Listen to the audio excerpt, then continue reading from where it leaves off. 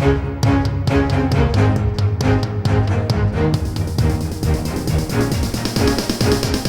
is the Washington Times front page for Thursday, July 29th, 2021. Thanks for joining us. I'm George Gerbo. The Senate has come to a deal and voted to advance President Biden's $1.2 trillion infrastructure package. Congressional reporters Harris Alec and Mika Selner report the chamber advanced the bill in a 67-32 vote, with 17 Republicans joining all 50 Senate Democrats to end debate. The pace and urgency to finish the deal picked up as lawmakers prepare to leave Washington for the traditional August recess. President Biden and a bipartisan group of Senate negotiators announced a formal agreement after weeks of negotiations on the bill. In that agreement, roughly $550 billion in the $1.2 trillion package would come from new revenue. More than $110 billion of that new revenue would go to roads, bridges, and other major projects. More than $40 billion is earmarked for upgrades to airports, waterways, and seaports, and more than $55 billion would go to clean water infrastructure. A big selling point for Republicans is that the package accounts for new funding without raising taxes.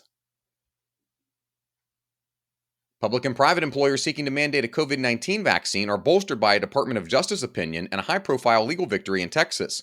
But their chances in court remain iffy for one big reason: the shots haven't been fully approved. Tom Howe reports regulators are working to grant drug makers full biologics licenses for the COVID-19 vaccines, which are currently authorized under an emergency use authorization, but that process could stretch into the fall. Meanwhile, employers deciding whether to condition jobs on vaccinations are left in the middle. Public health experts say vaccinations and other measures required to keep workplaces safe have long histories, so the momentum is in favor of employers.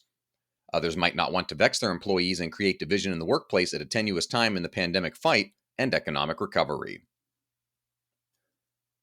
Chinese foreign officials have wrapped up a meeting with a high-level Taliban delegation, signaling an uptick in Beijing's bid for influence in Afghanistan.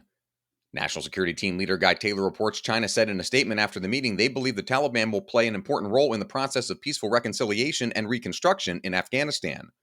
The Taliban waged a nearly two-decade insurgency against the government after being ousted from power by the U.S.-led invasion of Afghanistan shortly after the September 11th terrorist attacks. The Chinese also criticized U.S. policy in Afghanistan as a failure and asserted they're poised to step in and successfully mediate between the Taliban and government in Kabul. A reminder that you can find all these stories at WashingtonTimes.com/front page. Don't have access to the Times yet? It'll cost you less than a latte a month. Visit WashingtonTimes.com/George and get 25% off your annual subscription.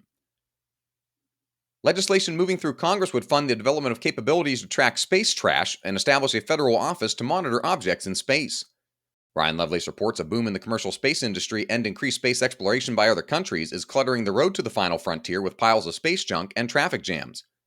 Advocates cite the mounting dangers of space trash as a reason for the U.S. to be a leader in removing and managing it. An estimated 4,000 satellites are currently orbiting Earth. About 1,200 of those were launched last year, and more than 1,200 have already been launched this year. NASA says the Department of Defense's global space surveillance network sensors are working to track more than 27,000 pieces of junk floating in space. And finally, here locally in Prince George's County, Pastor Claudio Consuegra wants to replicate himself, and quickly. The Seventh-day Adventist minister is the lead chaplain for the Prince George's County Police Department, and Mark Kellner reports he wants to boost the ranks of police chaplains there from 5 to 17.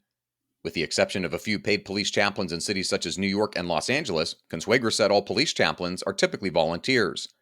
By the end of the year, he hopes to recruit 2 chaplains for each of the department's 8 districts that cover the nearly 1 million residents in Prince George's County. Find all of today's front page stories at WashingtonTimes.com/front page or on the Washington Times app, and subscribe for free to the front page. Just search Washington Times on your favorite podcast platforms. You can also follow us on Twitter and Instagram at Wash Times for breaking news, sports, commentary, and more. For the Washington Times, I'm George Gerbo.